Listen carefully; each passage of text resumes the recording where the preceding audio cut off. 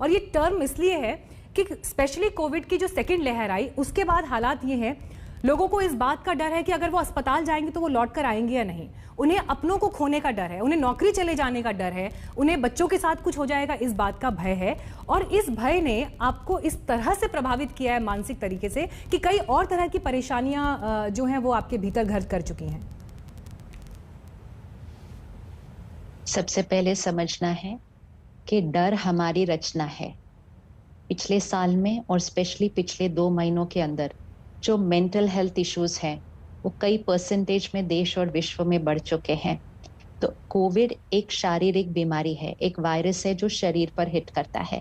उसमें भी 98% लोग घर पर रहकर ठीक हो जाते हैं। ये स्टैटिस्टिक्स भी हमें पता होने चाहिए कि 98% लोग घर में आइसोलेशन के बाद ठीक हो जाते हैं।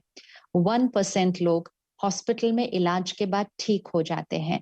सिर्फ 1% लोग आगे गए हैं। हाँ, वो आंकड़ा बहुत बड़ा है, लेकिन जब हम अपने आप को समझाते हैं तो हमें फिर आंकड़े भी तो प्रॉपरली अपने आप को समझाने चाहिए ना।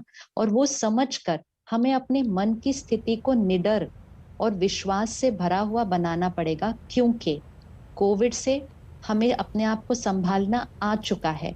हम में से मेजोरिटी अब वैक्सीनेटेड भी हो रहे हैं, बाकी परिस्थितियां भी नियंत्रण में आ रही हैं। लेकिन मन की स्थिति को अगर नियंत्रण में न लेकर आए तो उसका जिम्मेवार तो हम खुद ही होने वाले हैं।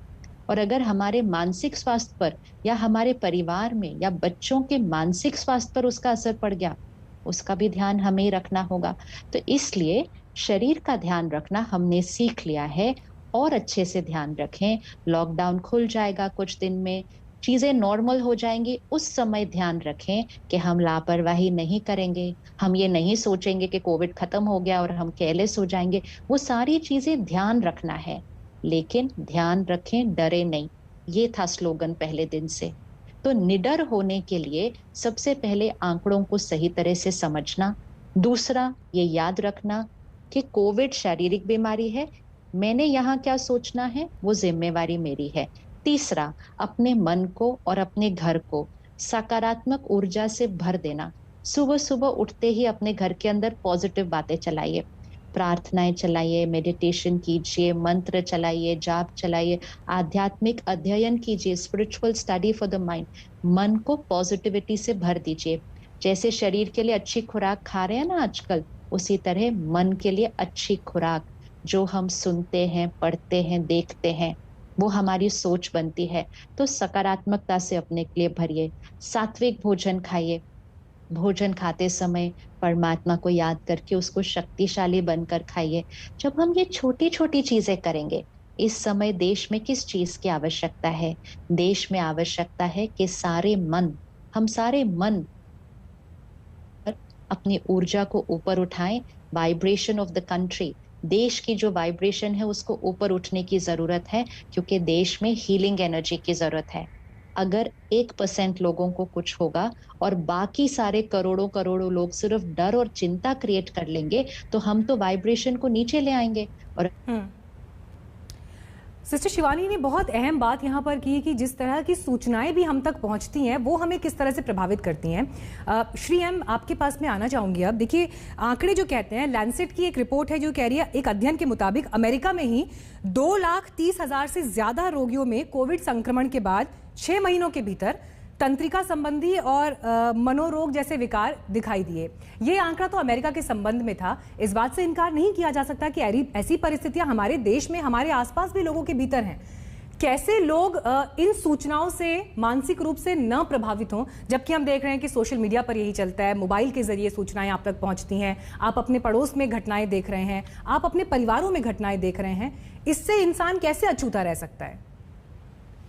नमस्कार स्वामी जी, सिस्टर शिवानी और दया सुवर्णा जी।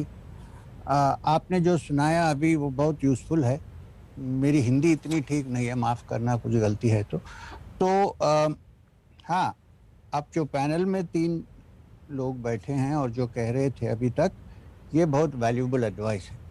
अब मैं तो योग अभ्यास से जुड़ा हुआ आदमी हूँ, तो मुझे ये लग रहा है कि जैसा माइंड बॉडी को इन्फ्लुएंस करता है, ऐसा बॉडी भी माइंड को इन्फ्लुएंस करता है।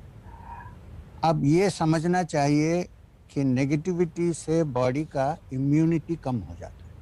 आप हम देखते हैं तो सामने लोग मर रहे हैं, कह रहे हैं कि, और इसमें सबसे इम्पोर्टेंट एक चीज़ है कि मीडिया पॉजिटिव स्टोरीज ज़्यादा कवर करें।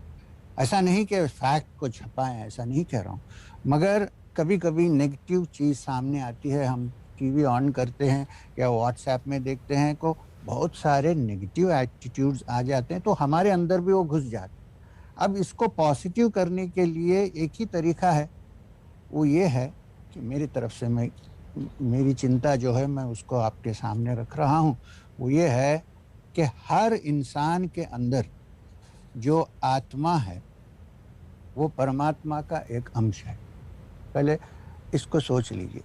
तो परमात्मा में जितना स्ट्रेंथ और जितना एनर्जी और जितना प्राण है वो हम सब में एक तरह से हमारे हृदय में छुपी तरह वो है। उसको बाहर प्रकट करने का तरीका जो है उसको भी हम कुछ करना चाहिए, उसके लिए भी अभ्यास करना चाहिए। इसको ही योग कहते हैं। जो हमारे अंदर जो स्ट्रेंथ है उसको बाहर लेके। अब दूसरी क्या है कि लॉकडाउन में सब लोग बैठ जाते हैं, कहते हैं कि हो अभी हम बाहर नहीं जा सकते, अब क्या होगा, और खराब नेगेटिव चिंता आती रहती है इसके बीच में। तो मैं कहूँगा कि एक ज़माना था जब सन्यासी योगी लोग अपने आप सॉलिट्यूड में बैठते थे।